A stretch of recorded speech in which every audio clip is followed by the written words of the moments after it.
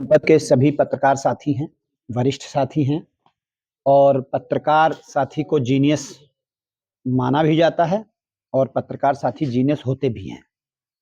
किंतु इसी जगह पर हमारे पत्रकार साथी जो अपना पत्रकारी कर्म करते हैं, उस पत्रकारी कर्म में बहुत ही जोखिम है। इतना जोखिम भरा काम जब हमारे पत्रकार साथी करते हैं,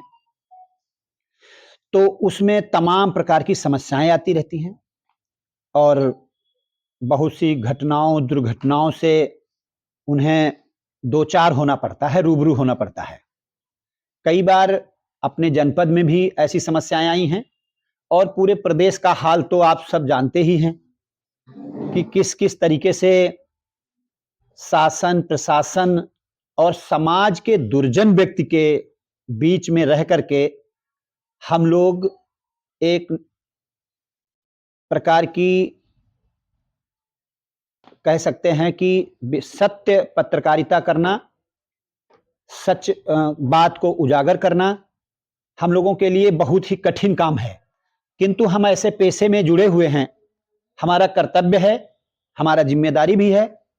कि हम इस पेशे को कहीं पर भी धूमिल ना होने दें। हमारी जिम्मेदारी है कि हम समाज की तमाम कमियों को उजागर करें और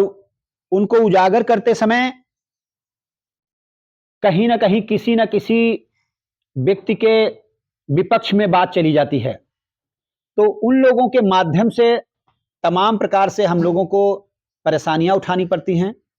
रिस्क उठाने पड़ते हैं, घटनाओं दुर्घटनाओं का शिकार होना पड़ता है। इन सब बातों को देखने के बाद हमने ये देखा कि इतना रिस्क उठाने के बाद हमारे बीच का कोई सांसद,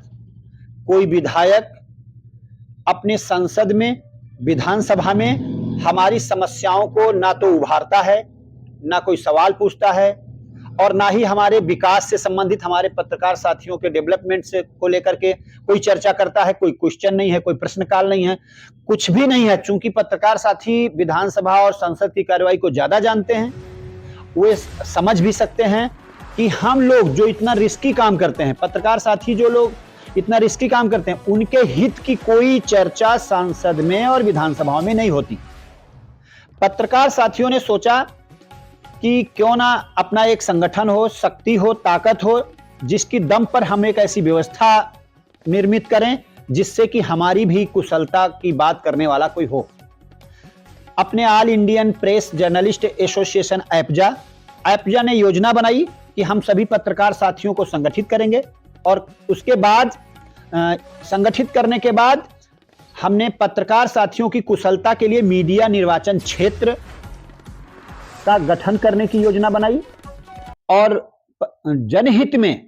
जनता की कुशलता के लिए गारंटेड अधिकार आयोग बनवाने के लिए हमने बहुत मेहनत की। हम कई बार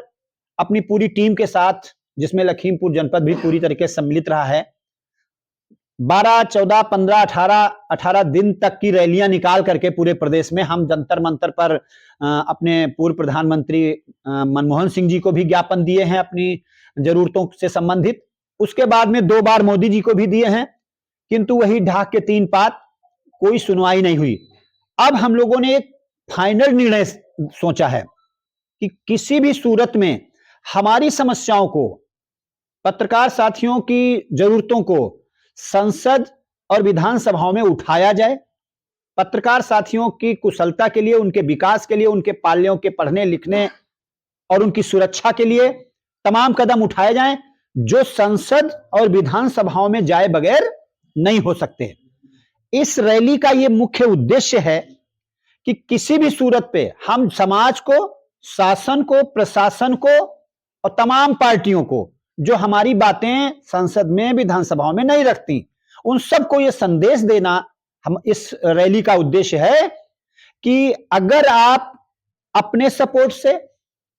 अपने माध्यम से, अपने सहयोग से आप हमारी पत्रकार साथियों के बीच से कोई अच्छा साथी, प्रमुख व्यक्ति आप संसद तक पहुंचाने की कोशिश करेंगे, सपोर्ट करेंगे, सहयोग करेंगे तो ठीक है।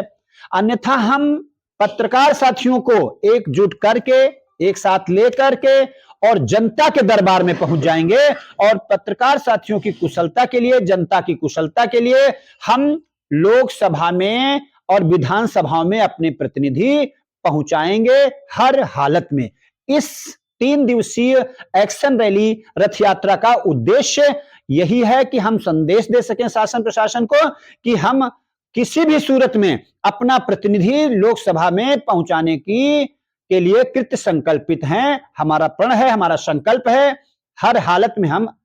संसद तक अपना प्रतिनिधि पहुंचाएं जो हमारे पत्रकार साथियों की बात को उठाए और वहां विकास की योजनाएं बनवाए। धन्यवाद।